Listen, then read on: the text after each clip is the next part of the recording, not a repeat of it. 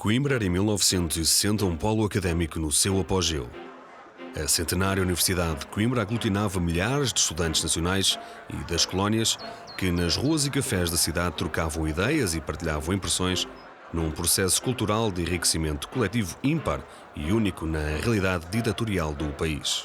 Estas circunstâncias praticamente inéditas num país gerido a pulso de ferro e com graves taxas de analfabetismo proporcionaram aos estudantes de Coimbra a troca de experiências e partilha de conhecimentos.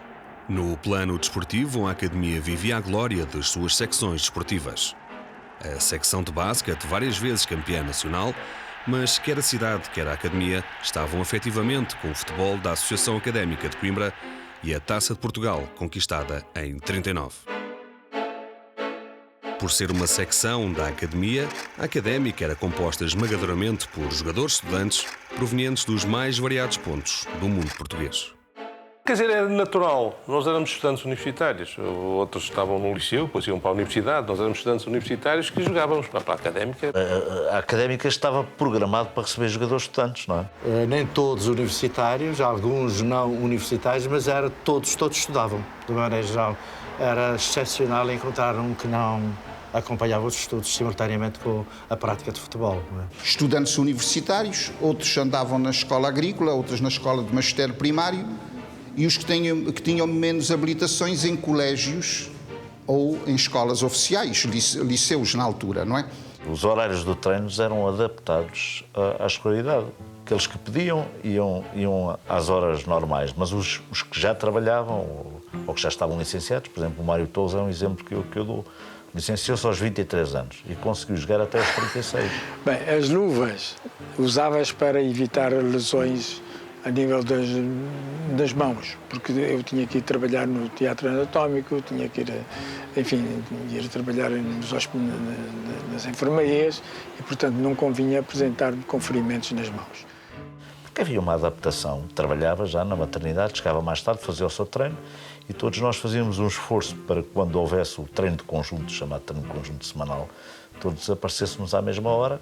Para tirar o curso e para fazer exames, muitas vezes fazíamos diretas, toda a noite a estudar e essa coisa toda. Obviamente que nessa altura é possível que a nossa rentabilidade, a nossa rentabilidade baixava um bocado. Ou baixava porque estávamos a estudar ou baixava porque andávamos na borga. Portanto, também é claro, porque aparecia a queima das fitas. Eu lembro que nós fomos jogar ao Leixões um ano, precisamente em 64, nós ficámos em quarto lugar. Se nós ganhássemos ao Leixões, que era uma equipa inferior a nós teríamos ficado talvez em segundo lugar. Mas nós andámos todos na queima das fitas, fomos diretos para lá, quer dizer, e, portanto, a queima das fitas é a queima das fitas. Ficámos em quarto lugar porque perdemos tipo 5-2 ou qualquer coisa assim. O Campos é o meu irmão. O meu irmão e o Rui Rodrigues que dizem o futebol não é incompatível com estudos. Hã? Agora se calhar já é, não sei.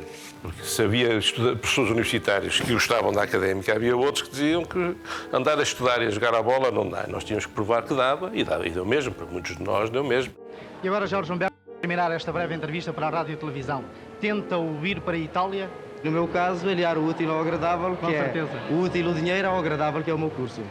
Faziam uma vida parecida com a nossa, quer dizer, não tinham alimentação especial, não tinham automóvel, portanto, viviam misturados connosco. Havia a diferença só de que o jogador estudante, o atleta estudante era aquele que as meninas mais perseguiam, era aqueles que eram mais considerados e isto criava uma certa inveja. Eram eles os grupos e os fadistas. Naquelas equipas dos anos 60, praticamente todos se formaram, à exceção, sei lá, o Pérez, que está bem também. A equipa, se olhar para a equipa da final de 69, formaram-se 8 dos 11. E há mais um ou outro que não se formaram, o resto, aquele grupo está licenciado, ou médicos, advogados, engenheiros, enfim, tudo isso. Portanto, em 11 pessoas, 8 formaram-se a ter uma profissão, a ser uma espécie de estudante trabalhador. É bonito. 61 marcou a eclosão da guerra em África. Em Coimbra, milhares de jovens das colónias eram estudantes. Com o início da guerra, estes elementos passaram a ser alvo do maior controle por parte da PIDE, que seguia os passos daqueles que considerava serem os mais agitadores ou potenciais ameaças à normalidade nacional. À semelhança da universidade, também a Académica tinha no seio da equipa jogadores provenientes das colónias. Referenciados pela polícia como elementos perigosos, Araújo, Chipenda, França e Zé Júlio estavam ligados aos movimentos de libertação dos seus países de origem. Cada viagem que se fazia, eles perseguiam estes 3, 4 elementos, há muito tempo que já andavam a persegui-los. Em fevereiro de 62, o Ministro da Educação Nacional proíbe a Associação Académica de realizar o primeiro Encontro Nacional de Estudantes. Em Assembleia Magna, os estudantes decretam um luto académico e ainda há falta às aulas, como forma de protesto. Em Lisboa, as tropas de choque invadem a cidade universitária carregando sobre os estudantes de Lisboa e Coimbra. A direção da Associação Académica é admitida e nomeada uma comissão administrativa pelo Governo que ultima a direção cessante a entregar a chave do Palácio dos Grilos, sede da Associação Académica, sob pena de prisão. Indignados, várias dezenas de estudantes barricam-se no edifício. Recordo nomeadamente já depois da crise de 62, no fechar da crise de 62, julgo que foi nesse ano, que há um célebre jogo entre a Académica e o Sporting, já no fim da época futebolística, não me recordo se era um jogo de taças, era um jogo de campeonato, em que há uma certa tentativa por parte da Academia de levar a equipe de futebol a fazer a greve e a não comparecer ao jogo. Seria uma forma de, também nesse setor, porque era um setor que tinha uma repercussão externa muito grande, nomeadamente junto da população coimbranca que apoiava a Académica, embora não sendo estudante, seria muito forte se a Académica faltasse ao jogo e, portanto, entrasse ela própria naquilo que era a greve que a própria Academia, no seu todo, tinha feito. No dia 18/5 de 62, houve uma Assembleia Magna. E nós estávamos na antevéspera do jogo com o Sporting, porque já tinha sido adiado, por imposição do Governo, o jogo com o Beira-Mar, que nós éramos para jogar no dia 13 de maio desse mesmo ano. E então havia a Assembleia Magna e foi criada uma comissão administrativa, a direção da Académica demitiu-se toda e foi criada pelo Estado uma comissão administrativa. Essa comissão administrativa convocou-nos para nós termos uma reunião. Na reunião que fizeram os jogadores todos, numa das salas, estavam justamente essa junta militar. E automaticamente o primeiro a ser chamado fui eu. Era o capitão Mário Wilson. E foi-me posta a questão simplesmente a dizer: joga ou não joga no próximo? Só tenho que mencionar. É evidente, se nós dissêssemos que não, talvez fôssemos logo dali para a PID. E sermos presos logo de certeza. E nós insistimos que queríamos ouvir o resultado final da Assembleia Magna. Mas eles impuseram que não. Ou é agora, ou sim ou não. Eu pedi que me permitissem que realmente falasse aos jogadores. Fui, dirigi-me aos jogadores na sala e disse: olha, temos tempo para lutar pelos nossos objetivos. Não se suicidem. Eu vou dizer que jogo. E levantei o braço a todos eles.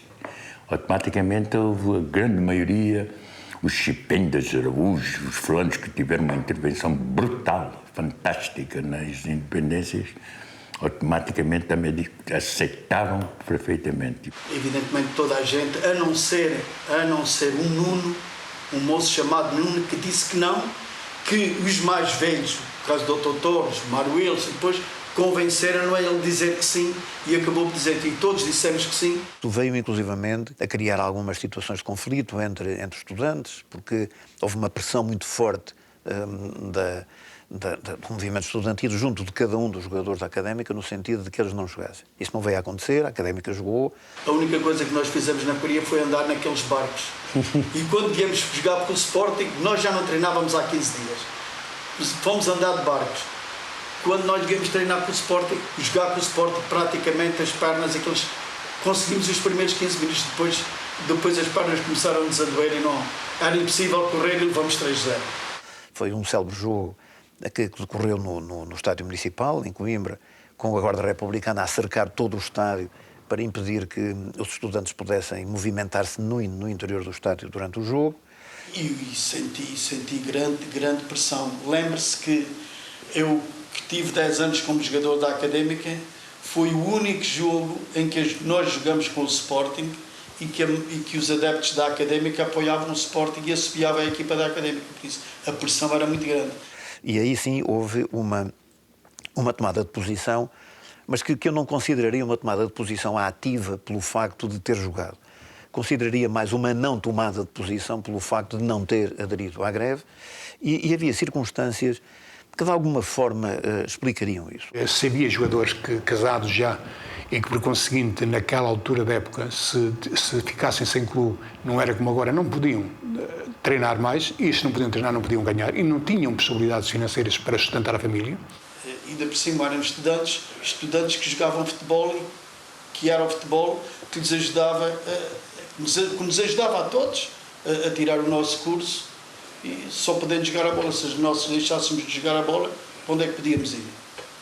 Para lado nenhum. Por isso a pressão foi muito grande, mas estou convencido que mais tarde os estudantes compreenderam a nossa posição.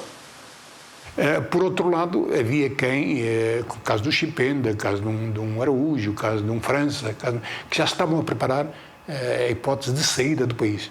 Numa deslocação que fazemos a Angola, automaticamente arquitetaram, e nessa altura nem me utilizaram sequer. Eu era uma espécie de pai de todos eles, nem me utilizaram sequer para não estar envolvido na questão.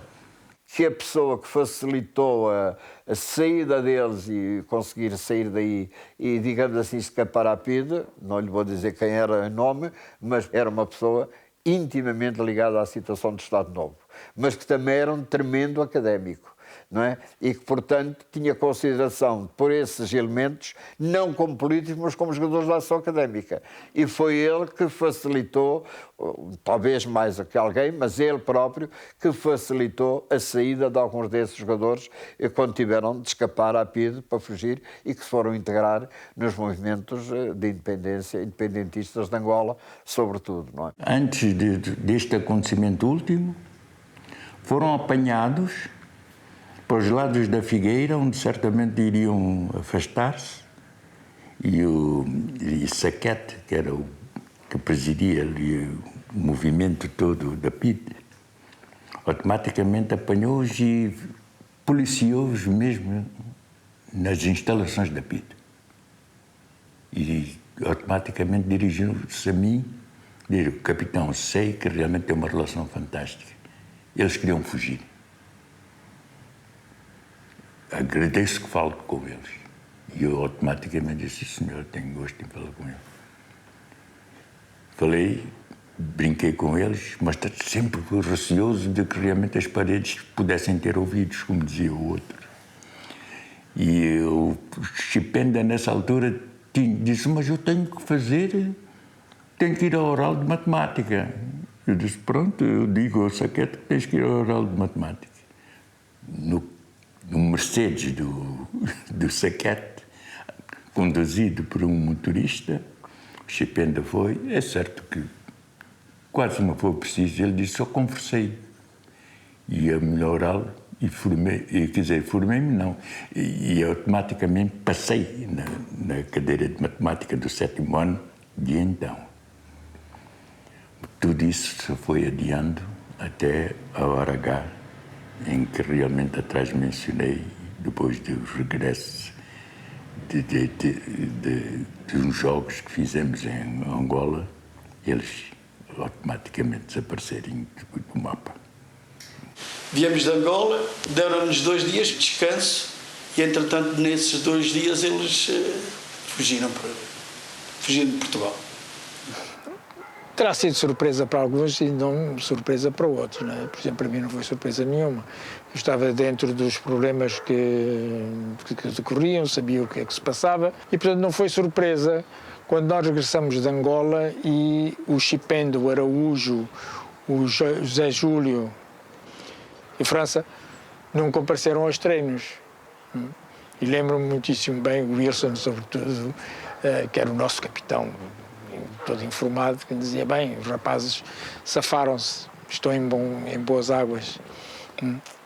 Nós sabíamos muitíssimo bem o que ia acontecer. E fez a independência com a participação vigorosa desses elementos todos. É engraçado porque na véspera houve um baile em casa de Chipenda e o Chipenda, 8 dias ou 10 dias antes, tinha comprado uma mobília de quarto que depois mal chegou ao seu local de origem, enviou o dinheiro para a pessoa que tinha vendido a mobília. Foi um gesto que não foi esquecido como um gesto de honestidade e seriedade.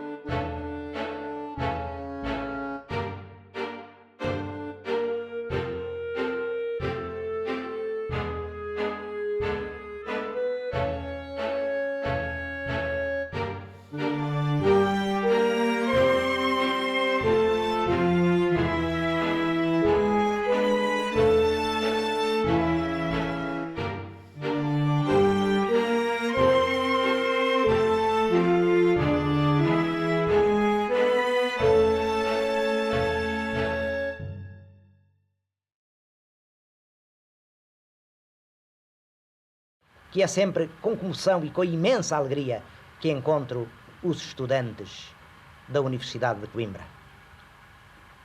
Vocês não tenham dúvida nenhuma de que nesta hora da história portuguesa, pois os jovens têm uma grande palavra a dizer, esta grande nação que nós queremos ser e que nós havemos de ser, são vocês, porque são jovens, que a hão de construir com as vossas mãos, com o vosso esforço, com a retidão das vossas intenções, com a vossa verdade, com a vossa lealdade.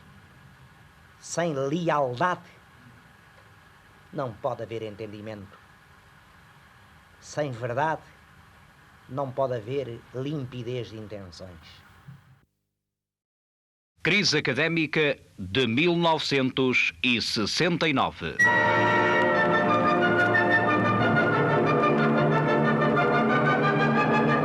Evocando o 17 de Abril. A Presidência da República convidou a Direção-Geral da Associação Académica, seguramente na pessoa do Presidente, o Dr. Alberto Martins, para estar presente na inauguração do edifício das matemáticas.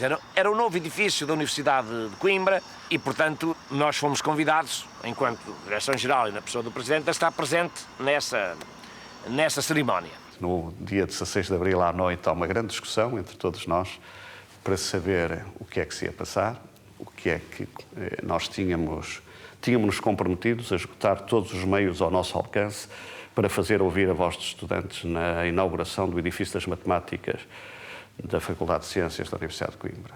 A direção reuniu e achou que decidiu aceitar esse convite, mas achou que, inaugurada um edifício de uma faculdade da nossa universidade, não tinha sentido que tomassem da palavra na cerimónia o comandante militar, as autoridades eclesiásticas, os ministros do regime, e não tivesse a palavra ninguém a representação dos estudantes, ou seja, os estudantes estivessem privados de dar o seu testemunho na inauguração de um edifício da sua universidade. E o reitor tinha-nos dito sempre que não podíamos falar, que ele ao falar representava toda a universidade, o que nós não aceitávamos, naturalmente. E dissemos, fizemos comunicados, demos voz pública. Bem, então comunicámos ao Ministro da Educação Nacional, que era o Zé Hermano Saraiva. O Dr. Hermano Saraiva, que nós queríamos e iríamos falar, aceitávamos o convite e iríamos falar nessa sessão. Bem, comunicámos isso à reitoria, comunicámos isso ao ministro, comunicámos a todas as instâncias. E pedimos, inclusive, que fôssemos recebidos para até comunicar de um modo mais formal. Não foi possível, porque não nos quiseram receber. Nesse dia 16 de abril à noite, em reunião da direção com a Junta de Delegados de Ciências, o edifício era de Ciências, nós decidimos que o Presidente da Associação Académica iria pedir a palavra, mas que no dia seguinte nós iríamos sujeitar isso à aprovação, como proposta, de uma Assembleia Magna da Academia, que aconteceria às 11 horas desse dia, precisamente para evitar que essa informação de que o Presidente ia pedir a palavra, ele próprio, pudesse transitar e a PIDE soubesse isso com antecedência, não me deixava entrar no edifício, não é? Portanto, quando os meus colegas foram convocados para as 11 horas dizer e ser feita a proposta que eu iria pedir a palavra, toda a gente naturalmente aceitou.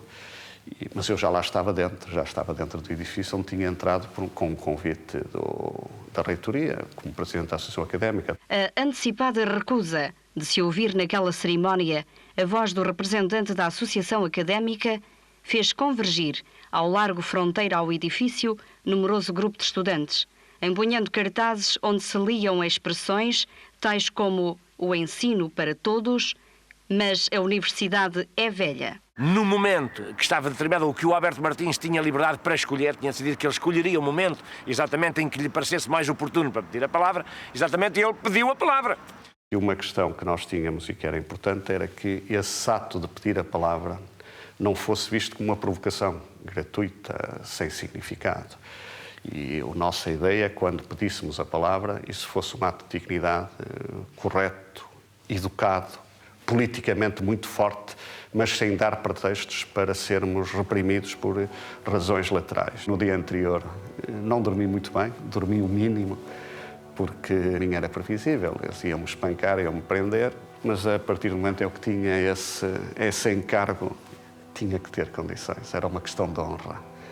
E por isso estava dentro da sala, estava a pensar para mim, vou pedir a palavra, isto não vai ter grande efeito, porque como gesto público eles vão asfixiar logo o pedido da palavra com os meios clássicos e ninguém vai saber disto, a repercussão vai ser pequena. Entretanto vejo e sinto e ouço de entrar os meus colegas, deixaram-nos entrar, mas com dísticos enrolados nos vestidos, nas capas e não. Eu encontrei o momento entre a fala do reitor e o Ministro das Obras Públicas, naquela minha pretensão não provocar, portanto, eu pedi a palavra na lógica da universidade. Quando falou o último professor universitário, que era o decano da universidade, eu entrei a seguir ao decano, levantei-me a meio da sala e pedi ao Américo Tomás para me dar a palavra. Os factos foram os seguintes. Quando decorria a cerimónia da inauguração do novo edifício da secção de Matemática da Faculdade de Ciências da Universidade de Coimbra, e depois de terem usado da palavra os dois primeiros oradores, que mal se conseguiram fazer ouvir no meio da vozearia dos estudantes que enchiam o recinto e a escadaria anexa, um aluno da universidade dirigiu-se ao chefe do Estado e pediu para falar na qualidade de representante dos estudantes de Coimbra.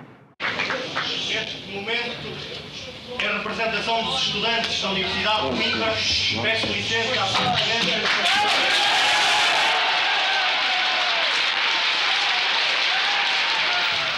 O Sr. Presidente da República, de pé e fitando o aluno que se lhe dirigira, afirmou... Bem, mas agora vai falar o Sr. Ministro das Obras Públicas, segundo a sequência. É o Presidente da Associação Académica. É o Presidente da Associação Académica. Depois falariam ainda os Ministros das Obras Públicas e da Educação. No momento em que se inaugura este novo edifício, eu devo concluir, portanto, com palavras de esperança sobre o futuro desta gloriosa Universidade de Coimbra. Procuro-as e nenhumas encontro mais adequadas que aquelas que o senhor Presidente do Conselho pronunciou nesta mesma cidade, numa memorável conferência sobre o problema das relações entre os mestres e os alunos na Universidade Nova. Façamos com que a Universidade volte à sua missão condutora e seja o lumiar da civilização contra as trevas ameaçadoras da barbárie. Teremos assim cumprido o grave dever de consciência que perante a nação onera a nossa dignidade de intelectuais.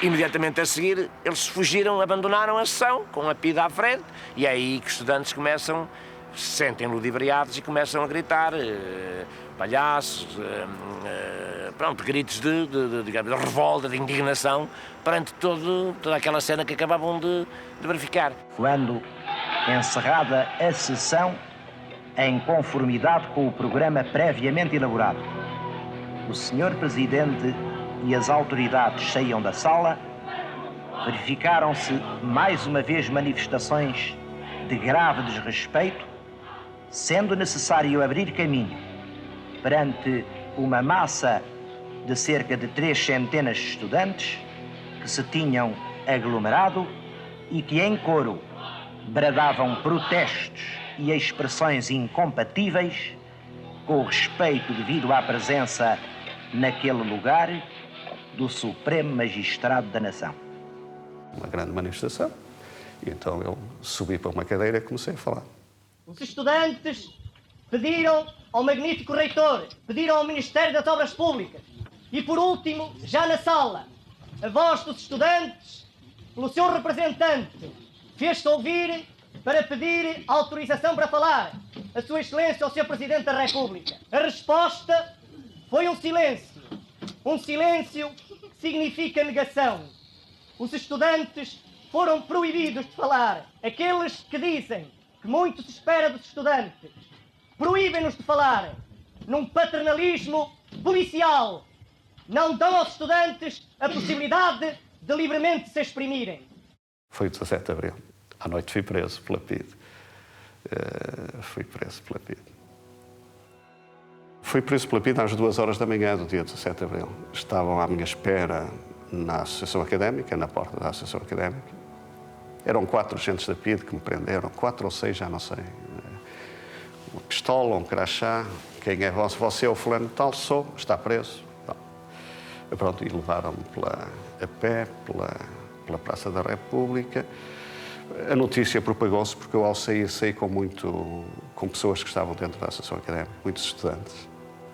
Passado 2 horas, às 2 da manhã, não, às 4 da manhã talvez, há uma manifestação imediatamente convocada pelas Repúblicas, pela Associação Académica, pela direção, e postam-se a pedir a minha libertação em frente à sede da PIDE, mais de 200 estudantes e alguns populares, nossos amigos, que são espancados violentamente pela polícia de choque e dispersam a manifestação, mas eu lá dentro ouço isso e depois é que venho a saber o que é que foi.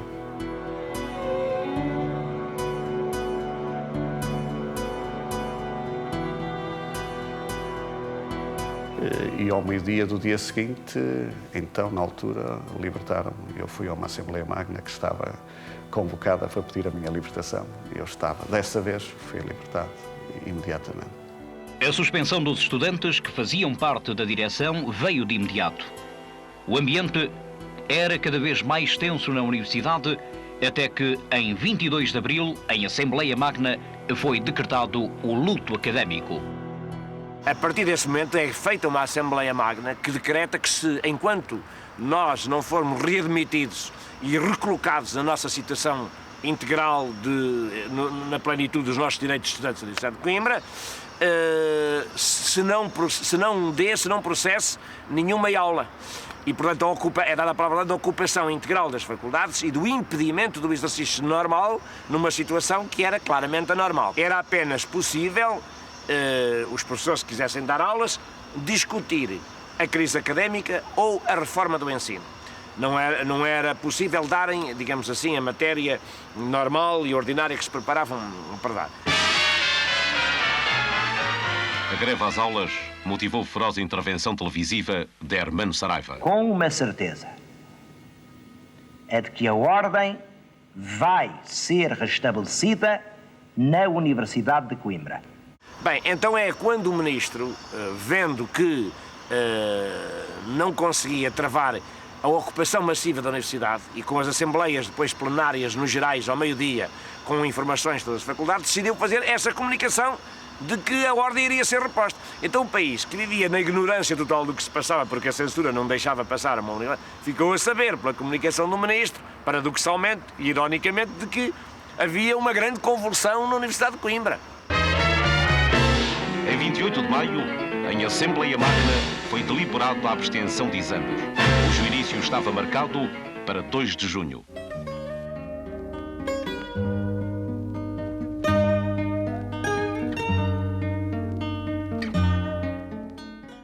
2 de junho de 1969.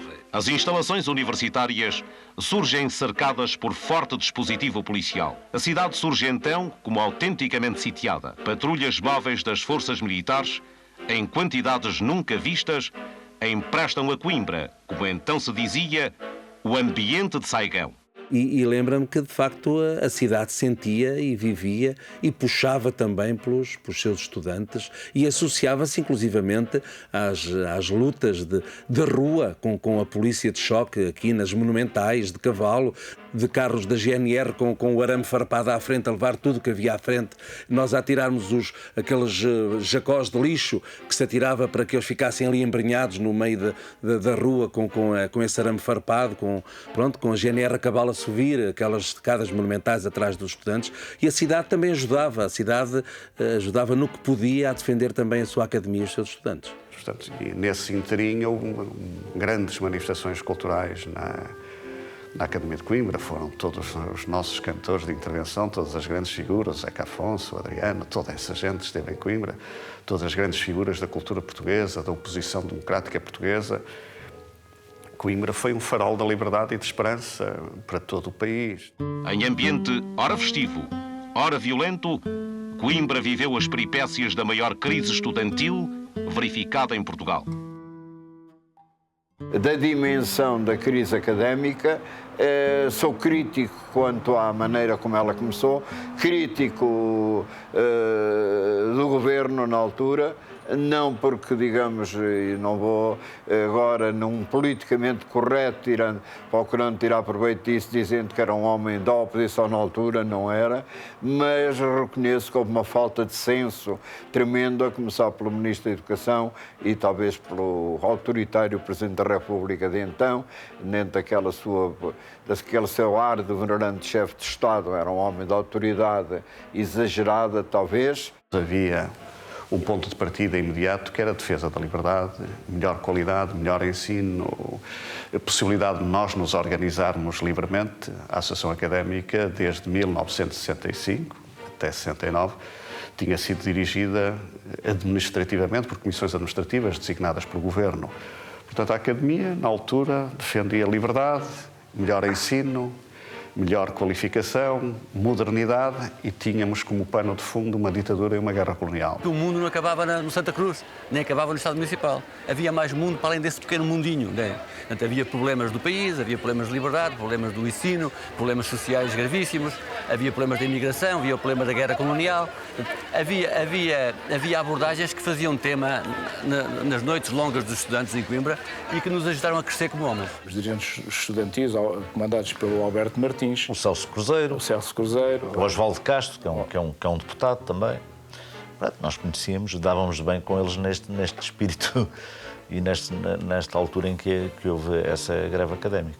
Eles também, como estudantes, tiveram esses acontecimentos. Lembro, por exemplo, que o Artur Jorge, que para mim foi um jogador brilhantíssimo, quer dizer, um ponta de lança brilhantíssimo, foi um dos proponentes da nossa lista, da lista de esquerda, da lista do Conselho da República, que ganhou as eleições e que corporizou os corpos gerentes da Associação Académica. A Associação Académica no futebol tinha uma força brutal, simbólica. E a Associação Académica do Futebol esteve com a luta de Coimbra em momentos muito importantes. Havia muitos estudantes na equipa da Académica, havia alguns estudantes até que foram das Repúblicas, que viviam nas Repúblicas. E privava com muitos dos jogadores daquela equipa de 69, o Mário Campos, o Artur Jorge. Homens como o Manel António, Vítor Campos, o Belo, o Marques, o Gervásio, eram nossos colegas, eram pessoas das nossas relações, em graus distintos em relação a cada um de nós, mas eram nossos colegas, portanto vibravam e viviam as coisas da academia. Os jogadores universitários da Académica, com exceção de um ou outro, porque o problema que se punha da greve aos exames, não é? Da greve aos exames, o problema que se punha é que alguns, foi um ou outro, que nós sabíamos e dissemos para que não havia problema que fossem exames, porque se chumbasse esse exame a pena era ultramar, não é? Quer dizer, não. Portanto, todos os restantes aderiram à greve dos estudantes, foram na totalidade. Portanto, votámos essa greve e tomámos a posição da Assembleia Magna dos Estudantes. Estivemos completamente solidários. Em determinado momento, a sorte da história esteve connosco. A Académica teve uma evolução muito forte na Taça de Portugal. 1969, ano de crise na vida universitária. Luto académico. E é de luto académico vestida que a Académica vem ao estádio de Alvalade defrontar o Sporting. Nós jogávamos de luto sem ninguém estar de luto, era o luto académico, não é? E, portanto, esse jogo em Alvalade, nós jogámos de branco com braçadeira preta, sem ninguém ter morrido, como é evidente. E, portanto, isso ainda passou, essa fotografia ainda passou. E o título era "De branco vestido, a Académica ganha em Lisboa". Precisamente esta fotografia. Curiosamente, nós equipámos de branco, não foi para fazer a nuance da contestação, porque tanto fazia ir de preto com uma braçadeira branca, como ir de branco com uma braçadeira preta. Mas estava muito calor e o branco absorve menos radiações.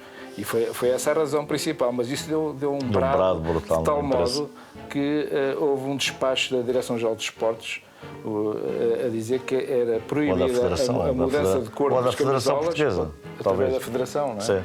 Através da Federação é proibida a mudança de cor das camisolas sem autorização prévia da Federação. Foi uma coisa extraordinária.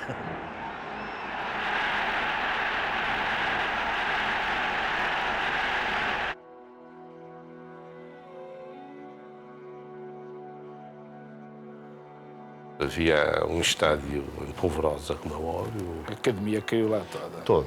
Milhares de pessoas. Eu caminhei ao lado do Simões, do célebre Simões, e éramos amigos e íamos a conversar a passo, não é? Entrando no campo, e ele vira-se para mim e diz assim: eu já entrei em centenas de campos normalmente cheios, porque o Benfica arrastava multidões por todo o mundo, mas isto é um ambiente como eu nunca vivi. Quer dizer, isto é um ambiente isto é de respeito, é um ambiente de facto inédito na minha vivência desportiva. Naturalmente os censores, todas as pessoas que exerciam a vigilância da ordem política e os próprios governantes calculavam que os estudantes de Coimbra alguma coisa iriam fazer. Mas, como não podiam obstar à realização da final, infelizmente para eles a Académica foi finalista, deixaram correr tudo dentro de um clima mais ou menos normal, com aquela vigilância que, enfim, que já se estava habituado, pelo menos aqui em Coimbra, não? O Estado estava cercado por polícia a cavalo, a Guarda Republicana a cavalo, polícia dentro, cais de polícia, estava tudo cercado. O ambiente era duro, era um ambiente forte, sabíamos que ia acontecer qualquer coisa, que havia gente que ia ser presa. E nós, no sítio onde estávamos a fazer aquecimento, que era junto do balneário, chegámos a ver a PIDE a levar colegas nossos. Nós, como estávamos equipados para jogar, e se nem nós o jogo não se realizava, que era muito pior, deram-nos a oportunidade de mandar uns piropos. E mandávamos os piropos aos PIDES, quando eles passavam por nós, os gajos ficavam furiosos, mas impotentes, porque se nos levassem presos o jogo não havia. Também não há televisão?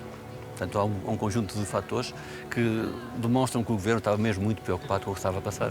Haveria qualquer coisa programada para aquela final e que talvez fosse melhor para a defesa do Presidente da altura, Américo Tomás, ou do Presidente do Governo, ninguém estar presente, nenhuma entidade estar presente, para que não fosse mais pesada ainda a vergonha que o Governo poderia passar. Pela primeira vez na história da Taça de Portugal, o chefe do Estado, ainda que chefe do Estado da ditadura, não vai assistir à Taça.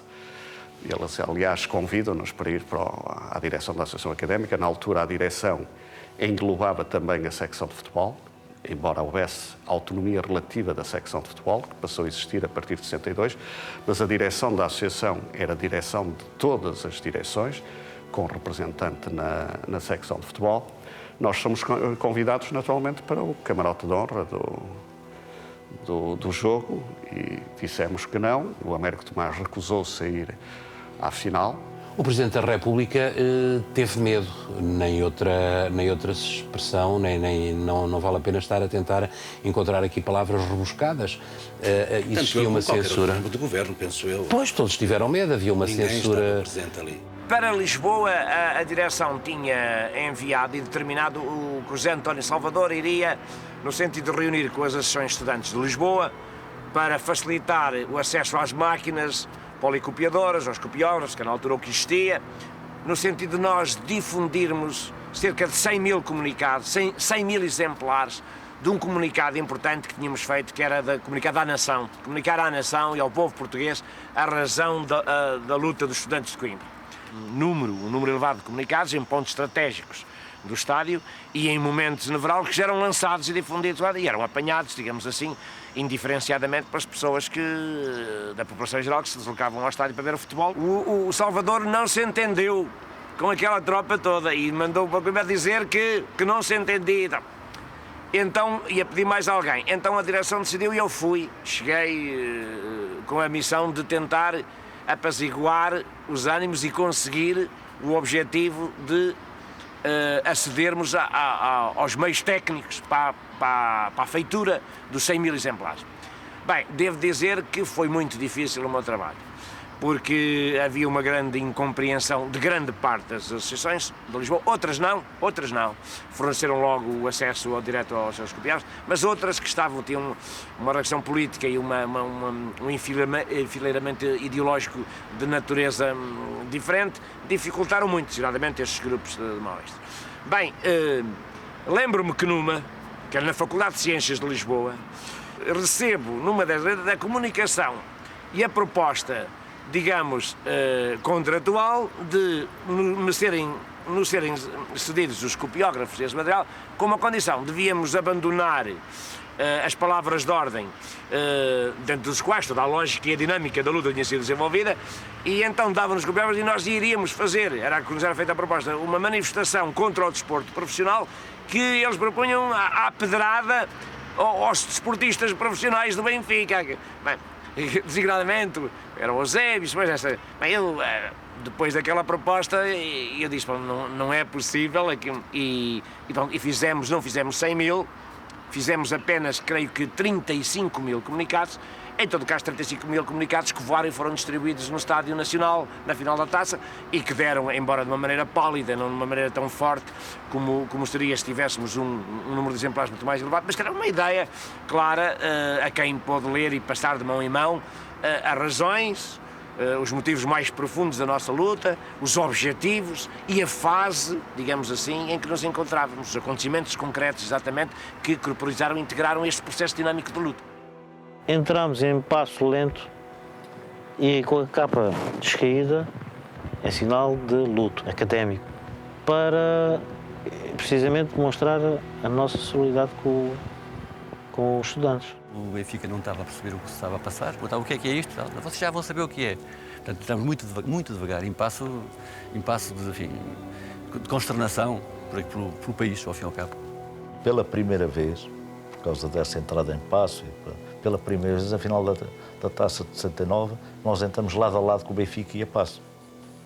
Isso é de propósito para não dar tanto nas vistas a nossa Normalmente, contestação. A nossa contestação. Se entrava em campo com vibração, vibrantes, etc. Direção-Geral de Desportos, não é? Por imposição da Federação, que não deixou que se utilizassem outras formas de luto mais visíveis, mais evidentes, talvez mais radicais. A Académica tinha entrado num jogo anterior de branco, que é a cor do luto da Académica. Foi proibida pela Federação de Futebol de entrar de branco. Entrou com o seu traje habitual, o traje negro da Academia de Coimbra, da Associação Académica, mas com a capa pelos ombros, numa posição a passo, numa posição ritual de solidariedade com a Academia, com a luta académica. Entramos a passo, entramos com fita de adesivo no emblema, tudo isso se passou ao longo do campeonato, ao longo das eliminatórias da taça. Sim, mas era extremo esquerdo ou era extremo direito. Portanto, quando se inicia o jogo, nós estamos lado a lado, não é? Um de um lado da linha e o outro do outro lado. E ele diz-me assim: ó Mário, explica-me lá, porque é que a Académica está de luto? Então era uma tarjeta que circulava nas bancadas, que era a Academia está de luto. Eu disse-lhe: olha, isto não é Académica, é a Academia, mas entretanto o árbitro... Olha, deixa lá que depois eu explico, o que mostrava bem o que era a comunicação social e, portanto, a dificuldade que havia em passar a mensagem da greve do estudante no país, não é? O ambiente de estudantes e de contestação era feito, sei lá, lembro-me deles tinham faixas. Tudo está muito bem, o jogo decorre normalmente com um ar pesado, mas ao intervalo há o levantar daqueles cartazes. Eu recordo-me de melhor ensino, se não estou em erro, menos polícia, menos espingardas, menos quartéis, menos repressão. E, portanto, a partir daí, grande parte, penso eu, do estádio que não se estava a perceber que estaria apenas focalizado no jogo de futebol, se percebe que há ali uma movimentação estudantil com um peso fortíssimo, um peso político fortíssimo. Não se podiam levar instrumentos contundentes ou suscetíveis de atuarem como tal, naquele recinto esportivo. Bem, então eram enrolados e depois, dentro do recinto esportivo, um colega puxava numa ponta, outro puxava noutra e o dístico aparecia. As faixas estavam escondidas, depois levantavam, depois descondiam. Porque, entretanto, os agentes da PIDE localizavam o sítio onde estava e deslocavam-se lá. Quando se deslocavam para lá, normalmente, quando lá chegavam, já lá não estava o disco, tinha sido enrolado e transferido para outras mãos, para outros grupos e para outros setores de Estado. Uma forma que eles arranjaram, que era distribuir os bilhetes que eram vendidos e que eram mandados para Coimbra, fazendo por zonas, intercalando aqueles que eles lhes pareceriam que seriam os adeptos do Benfica com os da Académica, fazendo alternância para evitar que um setor só fosse de Coimbra. Era uma coisa doida. E aquela Lisboa à noite, depois do jogo? A faixa passou, só não deu a volta porque aquilo não tem... Aquela faixa da Academia está de luto, não é? Pois, porque há a maratona que não ligava. Passou por todas as mãos e não foi destruída por ninguém. Chegava ao fim, voltava para trás e percorria a bancada toda, né? As faixas de contestação. Quando nós marcamos um golo, Manuel António, a 7 minutos do fim, suponho eu, marcámos aquele golo, com um cruzamento do Gervásio e o Manuel António marcou o golo. Nós começamos a reter a bola no meio campo do Benfica, coisa que não tinha acontecido até ali. Nós tivemos alguma dificuldade em suportar a pressão do Benfica. E então o Otto Glória, que gostava muito de nós e particularmente da minha pessoa, porque simpatizava comigo, começou a encolher os ombros quando eu fui buscar uma bola à linha lateral. E eu virei-me para ele antes de lançar a bola e disse assim: deixe lá, vocês estão fartos de ganhar. Estão fartos de ganhar jogos e taças e campeonatos. Vai ver o que vai ser isto se nós conseguirmos ganhar esta taça. Vai ver o que é isto. Passado 2 minutos, aconteceu o gol do empate. Levou para o prolongamento, não é? Vamos para o prolongamento e depois o Eusébio resolveu.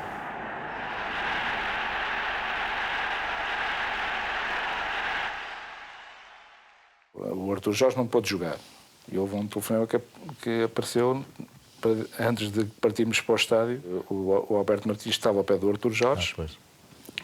Houve uma chamada cá para dentro. Chamaram-me a mim, como podiam ter chamado este. Chamaram um. Resolveram chamar-me a mim. Estava combinado o sítio onde o Alberto Martins estava, que era no Topo Sul. Atrás de uma baliza, no Topo Sul. Se nós tivéssemos ganho, e faltou muito pouquinho, não é? Faltou muito pouquinho, se tivéssemos ganho, íamos buscá-lo, íamos-lhe entregar a taça e dámos a volta de honra com ele, pura e simplesmente, não mais nada. Ele era o presidente da Direção-Geral da Associação Académica de Coimbra, nós éramos uma secção de futebol, nada de extraordinário. Sim, é um momento de solidariedade imenso e de grande orgulho para a Academia. Significa que estávamos todos juntos na luta pela liberdade, é um momento inesquecível. E no final, então, nos apercebemos muito mais quando não está ninguém do Governo e é o Presidente da Câmara ou da Federação que entrega a taça. E aí sim, há depois o descarregar de tudo, uns tristes porque a Académica não deu a volta ao estádio e o Alberto Martins também não, e portanto fica por ali, e outros tristes porque a Académica única e exclusivamente perdeu uma final da Taça de Portugal, que foi uma vez mais para o Benfica, com o Eusébio em grande e a resolver aquilo.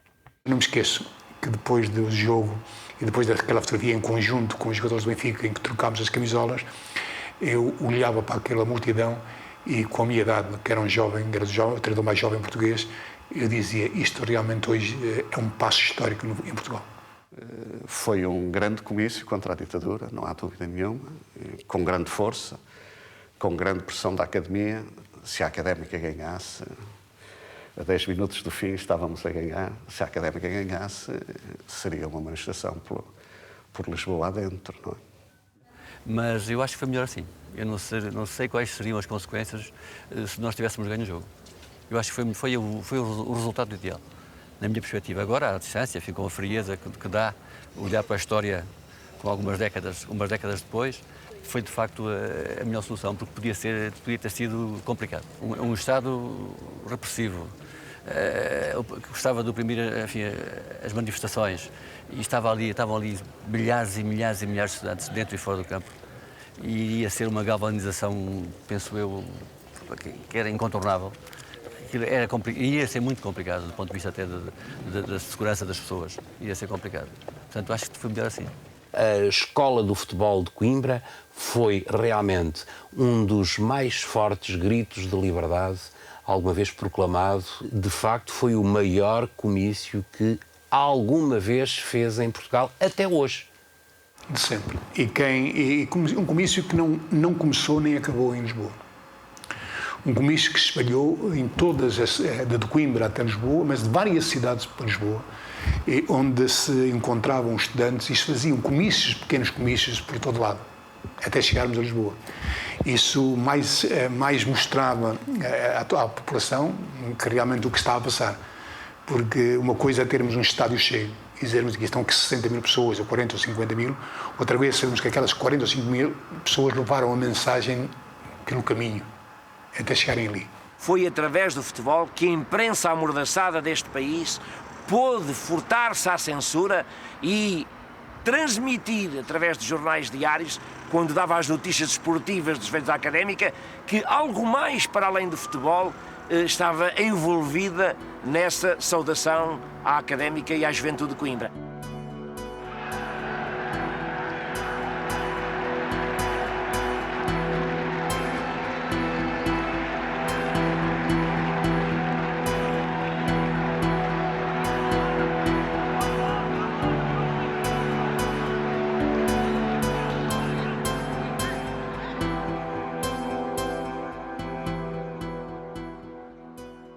Pois esta equipa de futebol da Associação Académica de Coimbra, pelo menos com esta designação, não aparecerá na época de 74-75 nos estádios onde se disputa o Campeonato Nacional da Primeira Divisão. Pois nós realmente teremos de ter e teremos de respeitar a decisão realmente tomada pelos estudantes em Assembleia Magna, realizada no dia 20 de junho de 74. Pois, como realmente é do conhecimento geral, o texto da decisão da Assembleia Magna é de que seja imediatamente extinta a atual secção de futebol da Associação Académica de Coimbra. Inexplicavelmente, a seguir ao 25 de Abril, aquela euforia revolucionária quanto a mim, fez um mal terrível, que foi a extinção da Associação Académica de Coimbra. Foi um processo simples, por um lado simples. Portanto, houve uma Assembleia Magna da secção da Assembleia Magna de Estudantes e eu fui votar nessa Assembleia ali nos jardins da Ação Académica. Eu assisti com muita pena, com muita mágoa, fazendo agora um recuo, aqui perto de 400, 500 estudantes, alguns deles sem saber o que é que estavam ali a fazer, deitados na relva, alguns a aproveitarem para namorar um bocadinho, já se podia namorar um bocadinho mais à vontade, ali naqueles jardins, sem estarem dentro dos problemas da Associação Académica de Coimbra, a porem um braço no ar, como poderiam não pôr, era conforme, mas as indicações seriam certamente para pôr o braço no ar. A maior parte dos jogadores da Académica nessa altura estava em digressão. Fiquei eu, Mário Campos, não sei se quem mais, não sei se ficaram mais, lembro-me de eu e o Mário, de nós conversarmos, e inclusive a levarmos as nossas mulheres para serem mais 2 votos, numa perspectiva que aquilo havia uma votação, enfim, com alguma capacidade. Estávamos em Espanha, mas tínhamos informação, soubemos, colegas nossos cá ficaram, o Valido, o Mário, o Manuel António, as mulheres e mais alguns dirigentes que eram estudantes na altura e informaram-nos do que estava a passar e naturalmente nós, enfim, estava traçado, a gente acabava porque tínhamos dados que nos levavam a pensar que era impossível haver retrocesso, não é? E aquela votação foi, na realidade, uma votação, sei lá, não sei, nós devemos ter tido bem uns 10 votos ou 12 votos, ou nem isso, se calhar. Era eu, a minha mulher, o Mário Campos, a mulher, e mais meia dúzia que por lá estavam, que votaram a favor da manutenção da Académica. Bem, lamentavelmente a discussão demorou 4 minutos ou 3 minutos, houve um requerimento para a mesa para passar à votação, e a votação era a extinção da secção de futebol. Pronto, e acabou assim, acabou de uma forma em que houve 10 ou 12 estudantes que lá estavam, eu incluído, que votámos contra essa decisão. O resto não houve mais nada, quer dizer, aquilo estava tudo montado para que acabasse. Era uma questão de indiferença. A maior parte das pessoas que ali estavam indiferentes ao que se estava a passar. Havia meia dúzia de indivíduos que sabiam o que é que estavam a fazer e o que é que queriam, mas a grande maioria não estava indiferente. E a prova disso é que nós passámos, ninguém nos ligou absolutamente nenhuma. Havia uma proposta interessante de hoje, se calhar, o que é o Bloco de Esquerda, ou maoístas, que não acabasse, mas que depois fossem brincar para o Campeonato Nacional. Havia 3 propostas. Essa era uma coisa inacreditável, não é? Portanto, a equipa depois entrava no Campeonato Nacional fazia a contestação. A contestação, com estudantes que nunca jogaram a jogar contra o Benfica, não é? E nessa altura o Partido Comunista, que liderou um pouco este processo, entendeu que isso era demais e, portanto, o que era mesmo bom era que acabasse naquela altura. Entendemos que uma associação de estudantes deve proporcionar à larga camada, à larga massa de estudantis, a possibilidade de praticar o desporto. Deve caminhar no sentido de um desporto de massas. Um desporto que esteja fora de toda essa alienação própria, depois de uma campeonite acentuada. Basta ver em 1969, quando a equipe da Académica vai à final da taça, e Sua Excelência, o Presidente da República, primou pela ausência, porque teve medo do ambiente que o futebol estava a criar. Portanto, nós somos alienados, éramos alienados. Nem entre os jogadores isso se pode considerar. Basta ver, citando agora pessoas que estão na Berlinda, um Chipenda, um Araújo, um França, um Eduardo Santos, um Diógenes Boavida, que por aqui passaram e que falaram muito de política nos treinos e nos intervalos dos pontapés. Portanto, essa ideia não está certa. Vivia-se aqui, dentro desta casa, um ambiente de profissionalismo do futebol. Tem provas de que existia efetivamente esse profissionalismo? Sim, é facto que existia, poderemos não chamar-lhe profissionalismo, mas um profissionalismo mais ou menos encapotado. Éramos rotulados de profissionais, que era um crime tremendo. Nós tínhamos um subsídio apenas para nos mantermos, uma vez que os jogadores de futebol são todos oriundos de classes sociais baixas e, portanto, sem potencialidade económica, não é? Das famílias. De modo que nós precisamos de sermos jogadores da Académica para podermos continuar a estudar. Nós, eu digo, a equipa toda. A generalidade da equipa, não é? É bom não esquecer que a maior parte dos futebolistas provém de escalões sociais pouco privilegiados, conseguindo financeiramente débeis, e permite-lhes a esses indivíduos para o acesso à cultura e a poderem ser no futuro válidos para o país, que tanto necessita de todos. Eu uma vez disse ao professor Vital Moreira, vocês que andaram aqui quiseram anular a secção de futebol da Académica.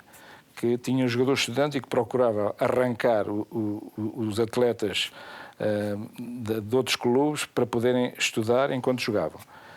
Se queriam contestar o futebol, deviam acabar todos os clubes e ser a Académica a última estrutura desportiva futebolística a acabar, não é? Porque, de facto, não havia razão nenhuma. Se queriam a cultura, se queriam fomentar a cultura através do desporto, era a última que devia acabar. Só por curiosidade, vou-lhes mostrar uma equipa de futebol que ganhou ao Sporting por 3-0 no dia 2/5/65.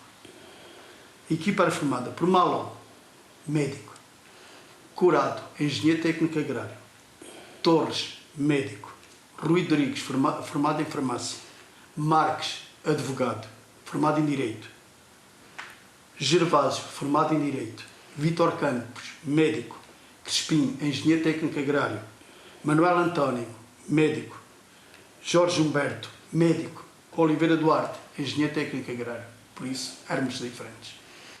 Completamente diferentes. Só através desta instituição da secção de futebol pude aceder à cultura, o que devia ser assegurado por outras instituições, normalmente as estatais. É interessante isto do 25 de Abril, não é? Todos nós gostávamos muito que acontecesse, é que foi connosco, como jogadores estudantes, e foi com a CUF, que também eram jogadores trabalhadores. A CUF também acabou. Era uma equipa de trabalhadores estudantes. Os jogadores iam para a CUF e eram empregados na estrutura, trabalhavam de manhã e tinham umas horas livres para jogar futebol. Também essa acabou. Rapidamente aquilo foi extinto. As posições que eram ocupadas pela secção de futebol da Associação Académica de Coimbra estão neste momento vagas. Isto é, ficaram vagas. Nós, neste encadeado de ideias, não podemos de maneira nenhuma ir dizer que apoiamos, não temos realmente como direito para isso, que apoiamos, rejeitamos a ocupação, seja da parte de quem for, desses lugares. E lutamos por substituir a secção de futebol da Académica por um nome chamado Académico, com pessoas que tiveram nessas lides que foram muito pesadas. Porque nós corremos o risco de acabar tudo. Não é? Aliás, até é engraçado. A Associação Académica começou pela secção de futebol. Portanto, nós vamos nos transformar. Isto é legítimo. É legal que os nossos estatutos até já estão aprovados.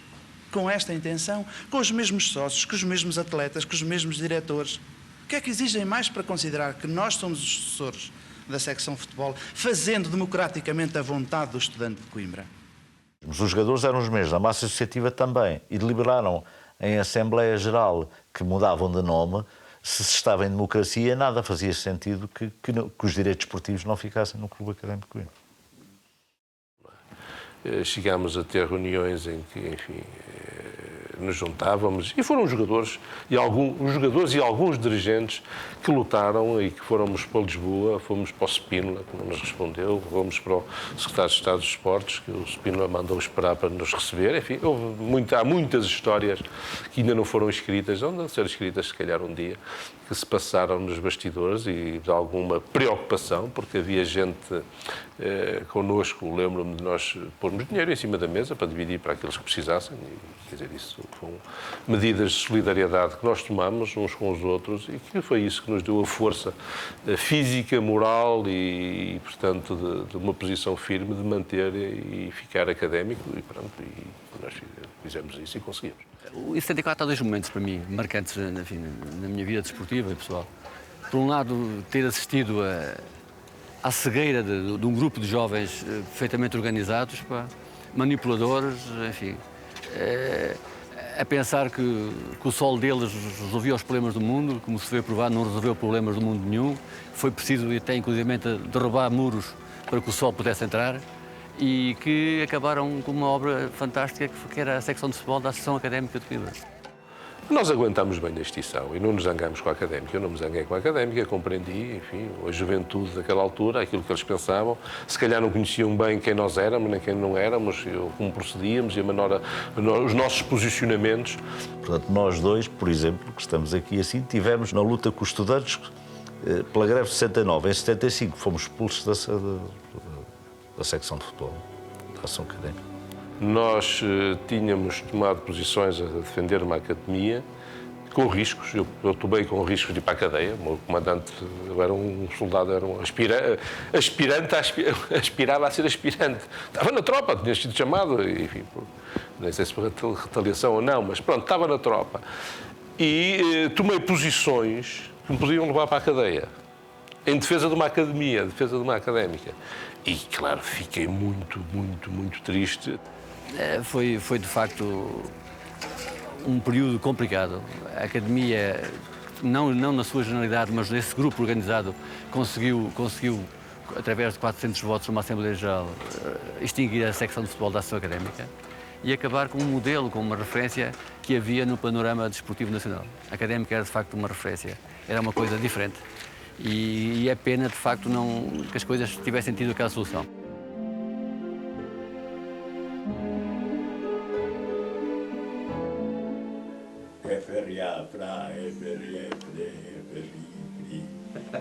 Académica. Eu fico sempre bem, pai. E andou a falar da académica, não há pai para gente. Só mais um.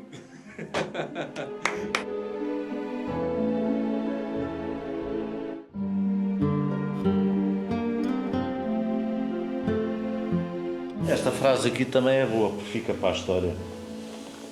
O futebol da académica não é só alma, tem algo mais que não é pouco. Afirmação dos irmãos Campos.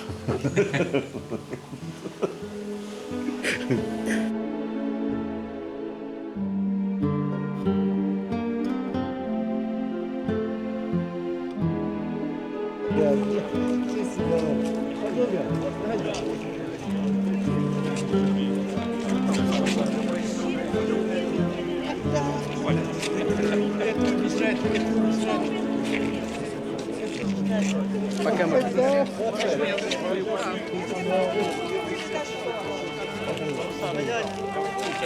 Então, paizão, você que já foi editar texto.